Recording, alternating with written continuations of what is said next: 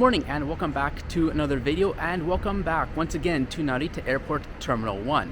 Today we're off to Seoul, South Korea with Air Seoul, a low-cost carrier which is owned by Asiana. And one thing I love about traveling is finding these different airlines and trains to enjoy. Up until 2 weeks ago, I had no idea that this airline even existed and decided, why not, buy a ticket. The flight's set to depart at 1:30 in the afternoon, and it's just about 10:45 right now. It's actually the start of the Japanese Golden Week, a busy time to travel, similar to the March break or the Christmas holidays in North America. So it's always good to get to the airport a couple minutes earlier if you plan to travel during that period. So come along, let's enjoy Air Seoul as we go from A to B. Like any low-cost carrier, if a city is served by 2 or more airports, they'll fly to the cheaper one, which also tends to be the farthest one from the city. For Tokyo, that means my day started with a 2-hour trek to Narita Airport on a blue and white train of the Sobu Rapid Line, and it provided a relaxing time to enjoy my morning shot along the way. The local trains, such as this, cost about half the price compared to the Airport Express trains in Tokyo. The airport wasn't too busy when I arrived late morning. It would still be about 5 hours until the first long-haul flights from North America and Oceania arrive. So the airport was much quieter, as was in that midday lull, servicing smaller regional flights to East and Southeast Asia.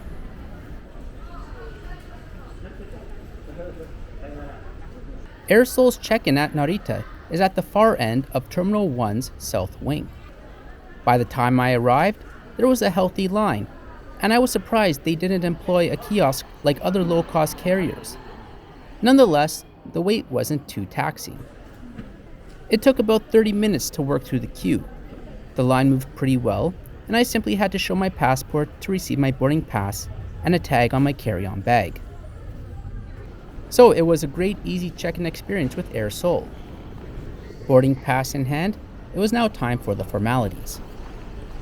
Alright, so I made it through the passport control and the security, and once again it was very quick, and so I just decided to wander around, and actually the tunnel that I'm in right now is open. During the Corona years, when the 40 gates were closed, this was also closed as well. And the airport really isn't that busy right now. It's still about a couple hours until the first long-haul flight leaves. And the first one actually to leave, according to the schedule, is to Mexico City. And that one leaves at 4:25, so still a few more hours before it gets really busy with people coming from North America and switching flights to Asia and vice versa and all that stuff. But 20 minutes till we board, so I'm just gonna head over to the gate, relax, charge the battery for a bit. I don't know too much about this airline, but if it's a low-cost carrier, there's a USB port or outlet on board is usually hit or miss, so might as well charge the batteries while I have the opportunity. Today we're departing from a very quiet Gate 42. By now, I still had a few minutes, so I dropped by my favorite cafe in the airport, the Fasola Cafe. I guess it's a little early for a brewski, so this fantastic rich soft-serve ice cream was the winner today. Definitely give it a try if you're flying through Narita. Back at the gate, and we see our A321 is parked outside, and soon enough, it was time to jump on board.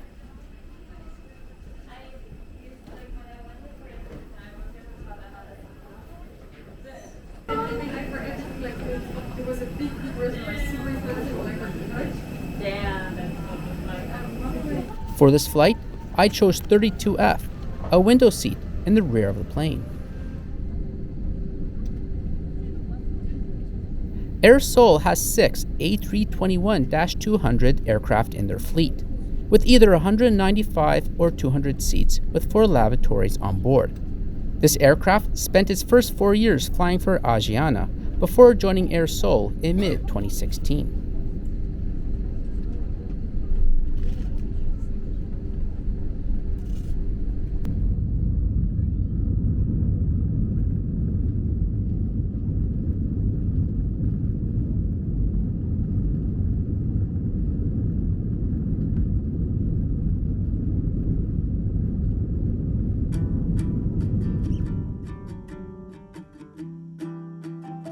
Our 2-hour flight would take us west to the Korean peninsula before turning north towards Seoul.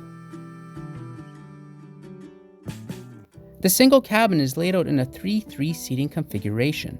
The cabin sports a neutral color scheme with off-white seatbacks and light gray seats. Green antimacassars provide some color to the cabin, which does have a dated feel to it. Monitors above provide flight information throughout the flight. The seats themselves are fairly comfortable and provide a headrest which you can adjust to your preference. Seatback houses a USB and cup holder to the left of the monitor and a coat hook off to the right.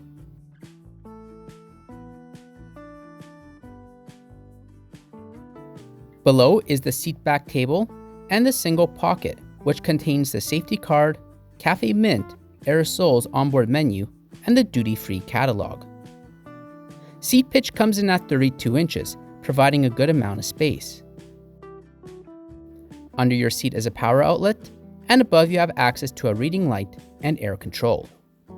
Overall, I found the seat pleasant and cozy for the 2-hour flight.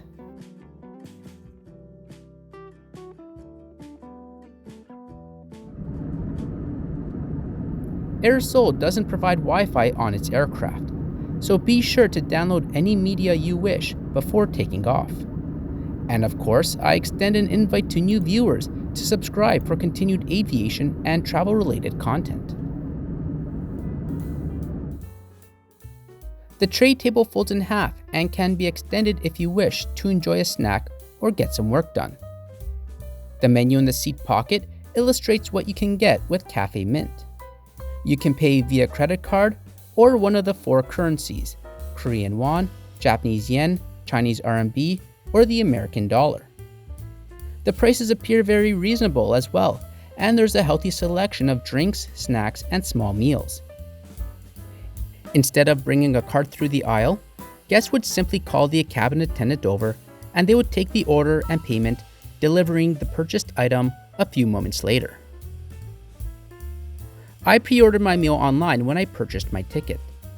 When it came out, the porcelain dish was very hot and I needed a few moments for it to cool off.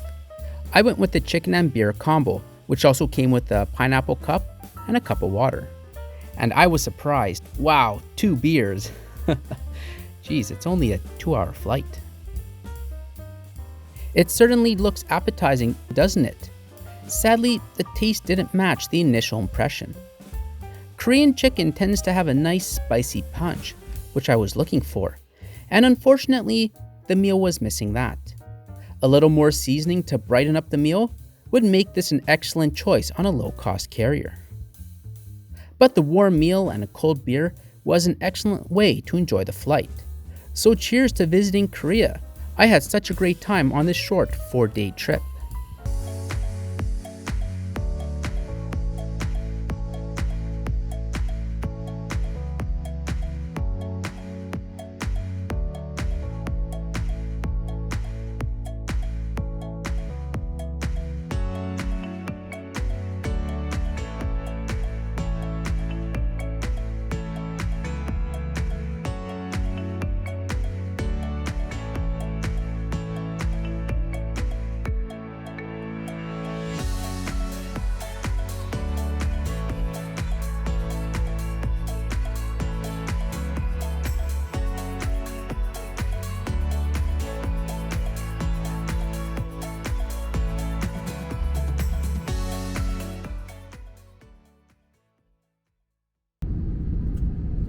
There was a small IFE system on board, and I'm willing to bet it's a leftover feature from when this plane was part of Asiana's fleet. The screen isn't a touchscreen, leaving you with the remote to navigate the interface. The remote has seen some better days, but worked with some persistence. There's a limited selection of Korean media, and when not engaged, the screen just cycles through some advertisements and the flight map.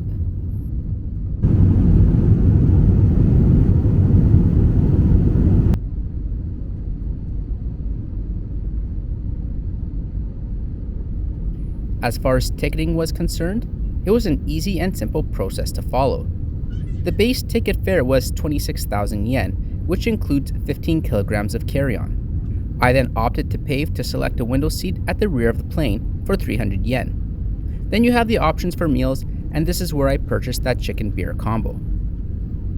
The total cost of this flight came out to 35,760 yen. I should highlight though that I bought this ticket only 4 days prior and during Japan's Golden Week. Tickets appeared much cheaper when bought in advance and during non-holiday periods.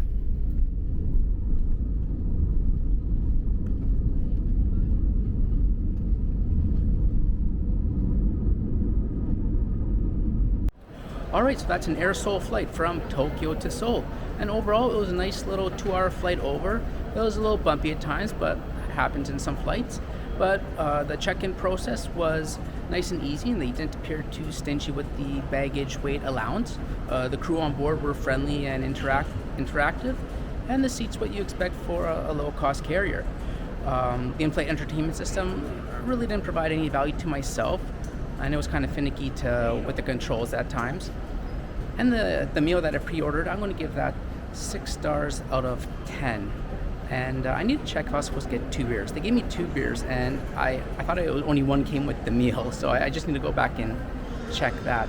But overall, would I fly Air Seoul again? Absolutely. It's a nice little regional airline in Asia. I'd probably go for a different meal just to change things up a little bit. Anyways, thanks for watching. Let me know what you thought about Air Seoul, and I'll catch you in the next episode.